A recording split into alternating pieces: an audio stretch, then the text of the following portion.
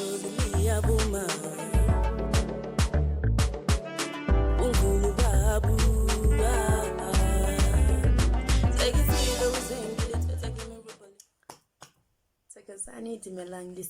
everyone and welcome to the one-on-one sessions with Gogo Musora, and I'm your host Gogo. I'm giving you tips, lessons and teachings on African spirituality. Okay, so today we are going to be talking about Lobola.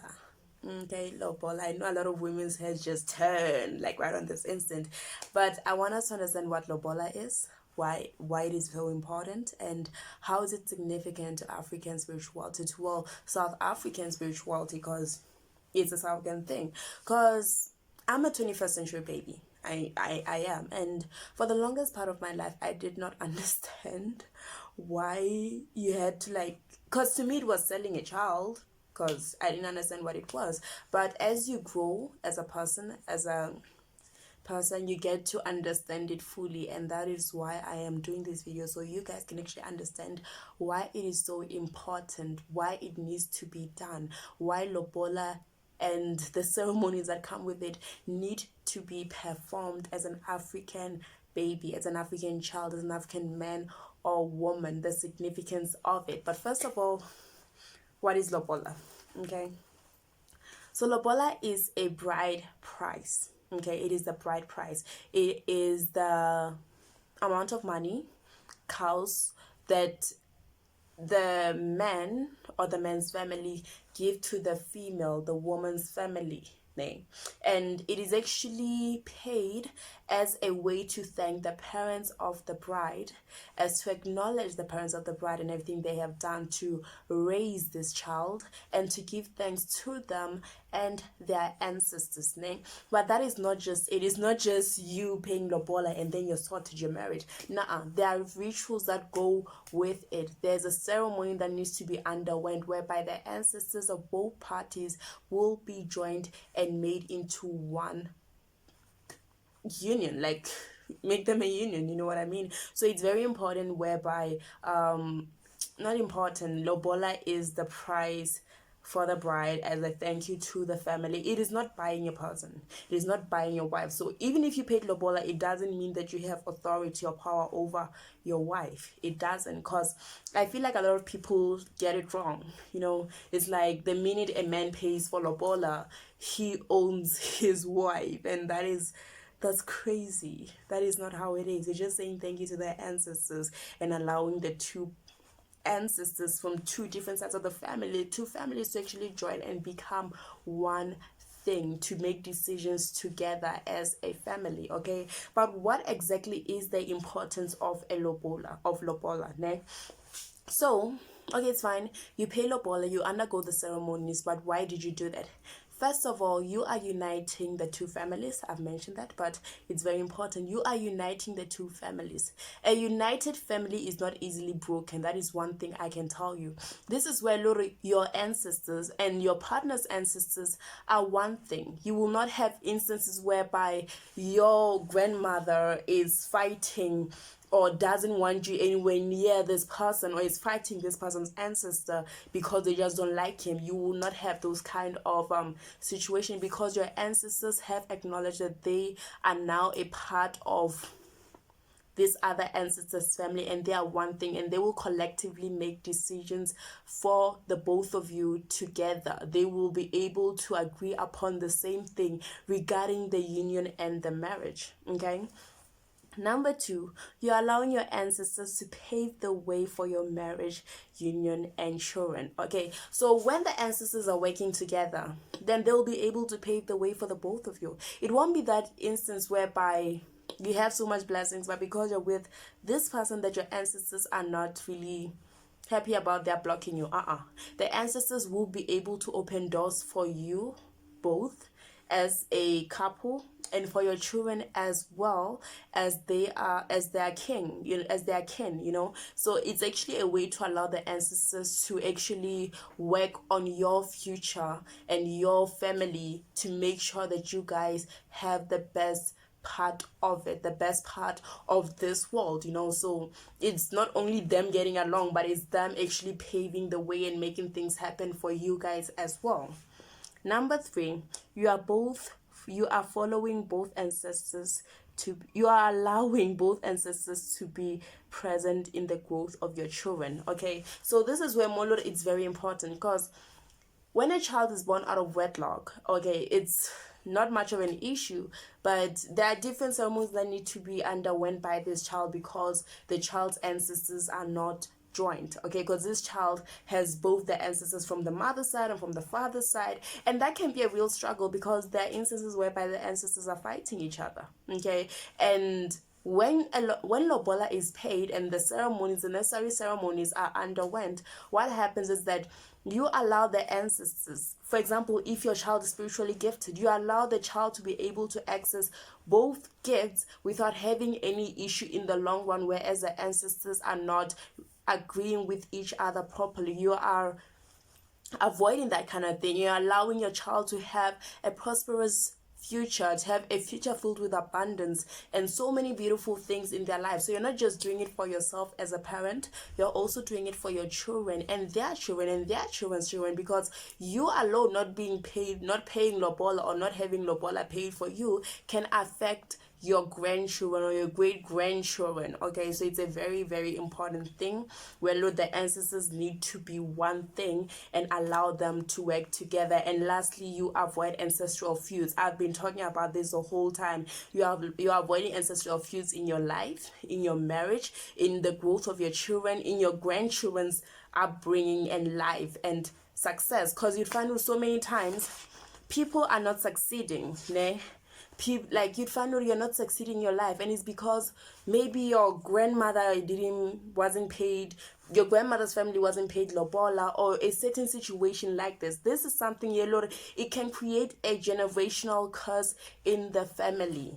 And it sucks. It's very bad when you're a person, although you're doing good things, you're allowing yourself to do everything that your ancestors want, but the actions of someone in your past affected your growth. It's very sad. But as a person, as an adult right now, I should understand that as an African person, I can allow myself to have this whole lobola negotiations and payments and all those things to allow a prosperous future for my children as well.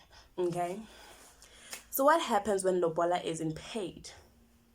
Okay, number one, the ancestors are not going to bless the marriage completely. The marriage is, I won't say doomed, but yeah, a lot of bad things will seem to happen in the marriage. A lot of bad things, even if you guys start strong, which most marriages do, but over time you will be weakened. And I understand that that's a common thing for every relationship, but in terms of lobola, it can become very, very, very severe, and that is something that I feel like a lot of people want to avoid when they're getting married and everything. So the ancestors are not going to bless the marriage, and to them the relationship, the marriage will be a fat and set, whereby that thing, two people just plugged themselves together and didn't follow any traditional customs. That kind of marriage is not acknowledged to the ancestors. To them, you are not married at all. You are not married, and to them you don't even have to change your surname, because they are not acknowledging the partner that you have, and they do not acknowledge the union that you have created. That is where Moloro, even if you're married, the ancestors can be like, you know what, he's cool, but we think you'd be a lot better with him instead. And it's a whole different story altogether. Okay, so the marriage will not be blessed. Number two, there will be conflict in the marriage. Nay? So I understand that we're human. Every marriage has conflict. Whether or not lobola has been paid or not, conflict is everywhere. In every single marriage, in every single relationship, it's everywhere. But conflict that actually involves the ancestors fighting, now that is a whole different one altogether. You can ask anybody who has like a spiritual gift, and maybe, for example, their gifts are divided, and their ancestors are not getting along. Like, it's a crazy scenario. It's a very, very hectic fight, a very hectic conflict you'd find yourself in. So there will be conflict in the spiritual realm and in the physical realm, whereas your ancestors, both your ancestors from both parties, will be fighting. And Lona, as a couple, you will hardly get along. And that can always lead to a marriage falling apart, which is sad. Okay. Number 3, the ancestors will do everything in their power to ruin the marriage. I've seen so many things. Like, I've consulted people while their marriage isn't going well, and when you find out what's the problem, like maybe you think, or maybe it's some auntie back there or somebody, some neighbor or something like that, but you find out people don't even care about their marriages, their ancestors that are ruining their marriage. It's a very, very sad scenario, but it does happen a lot where the ancestors are not acknowledging the marriage because Lobola wasn't paid. They haven't been announced properly, or haven't been, I think,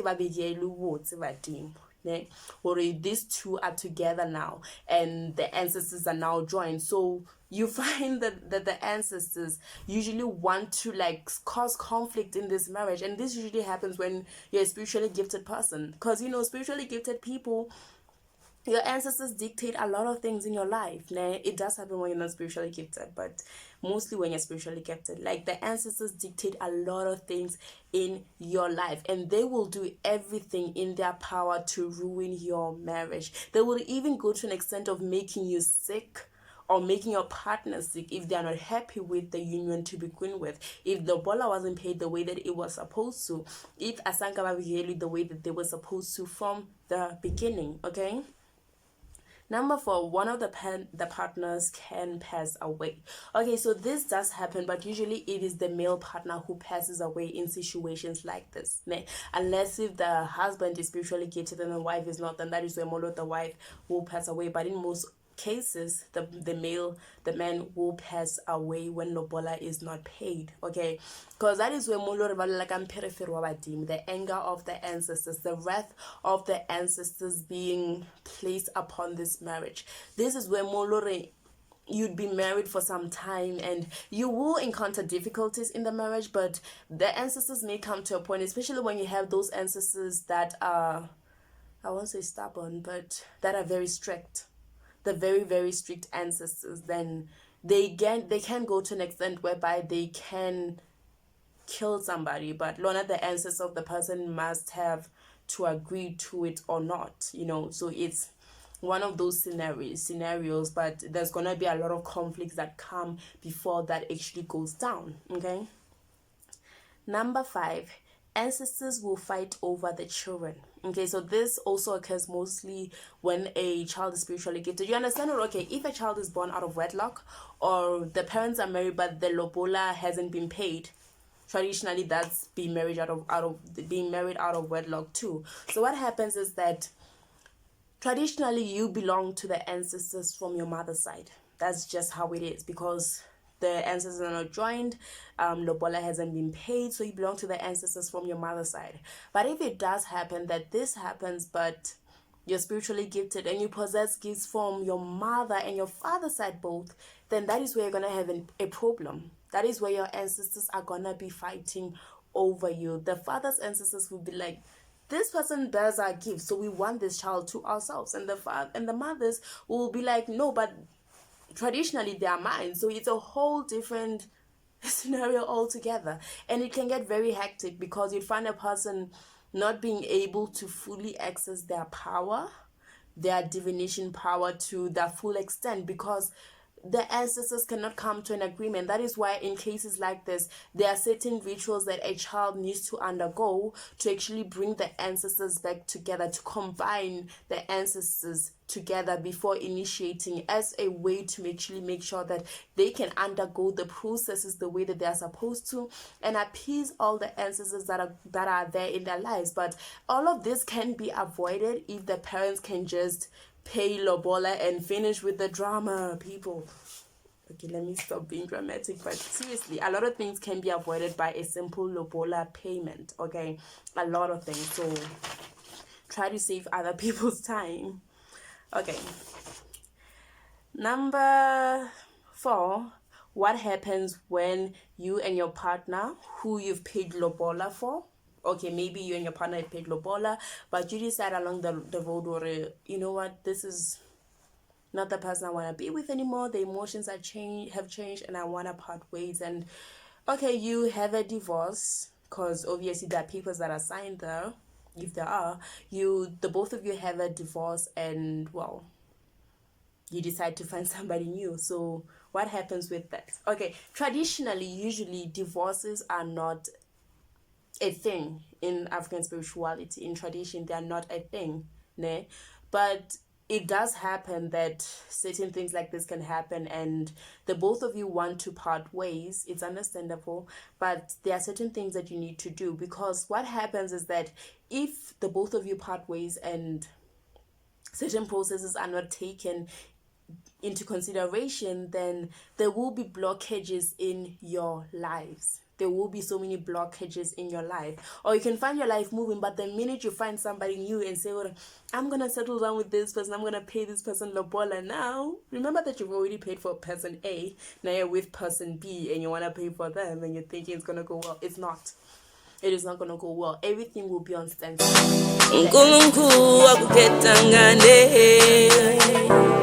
Mazozi yakhuluma nawe, idlozi liyabuma.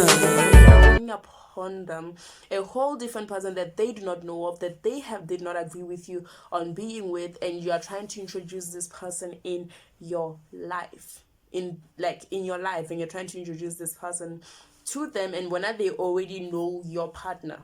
So it's a whole different scenario whereby the ancestors are not going to bless this union, and they are going to make sure that they put everything on a standstill. Number 2, the ancestors will fight your new union. The ancestors will never agree to it. They will make sure that they ruin the relationship with your new partner, and they will always want to drive you back to your old partner, whereby the both of you, let me not say, well, your partner, blah blah, the both of you are just gonna have bad luck in terms of relationships and love and marriage in the near future, because for this is your partner and this is where you're gonna have to be for the rest of your life, ne? And number 4, that is where more, number 3, that is where more, there's gonna be too much drama in the partnership, guys. There's gonna be way too much drama for anyone to handle. And I don't know if everyone's like me. I hate drama. I cannot stand drama. But yeah, there's just gonna be way too much of it for anyone to handle, and it's all going to be caused by your ancestors. It's all going to be caused by your ancestors. So what you need to do when a marriage is over is that, first of all, you need to break the bond between the two families' ancestors. This is where Molori, you need to announce it to the ancestors. We were together, it did not work out, we decided to part ways.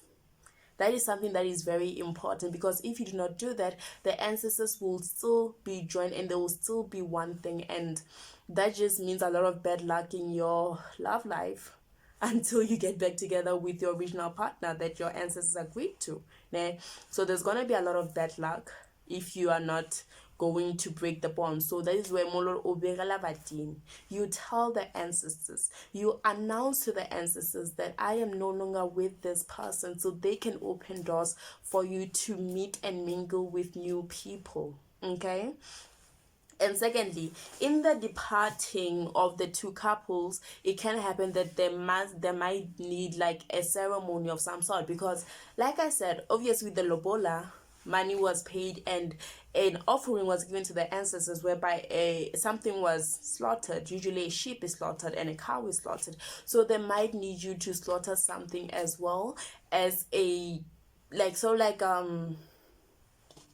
thanksgiving to the ancestors for allowing the relationship, and as a way to actually ask them to allow you to leave this marriage peacefully and pursue and what am I saying, to leave this marriage peacefully and pursue a new one happily without having any problems with the ancestors. Okay, so it's very important for you guys to do that, in every decision that you make, especially in terms of marriage and all those things, for the way that they're supposed to. Okay, so I hope you guys actually like understood everything I said here. I hope it was very useful, and I hope it makes people understand the significance and importance of Lobola, because we are not just doing it for fun. It's something that our ancestors have been doing for ages. Okay, it is our tradition, it is our culture. Okay, and as much as we're introducing this whole new white wedding thing, yes, they're pretty, but embrace your culture first. At least have the traditional wedding and you'll have the white wedding afterwards, okay? But all in all, I hope you guys actually understand it, and I hope you guys get Lobola. Anyways, I hope you guys have a great one. I hope you enjoyed this. Have a beautiful one. Bye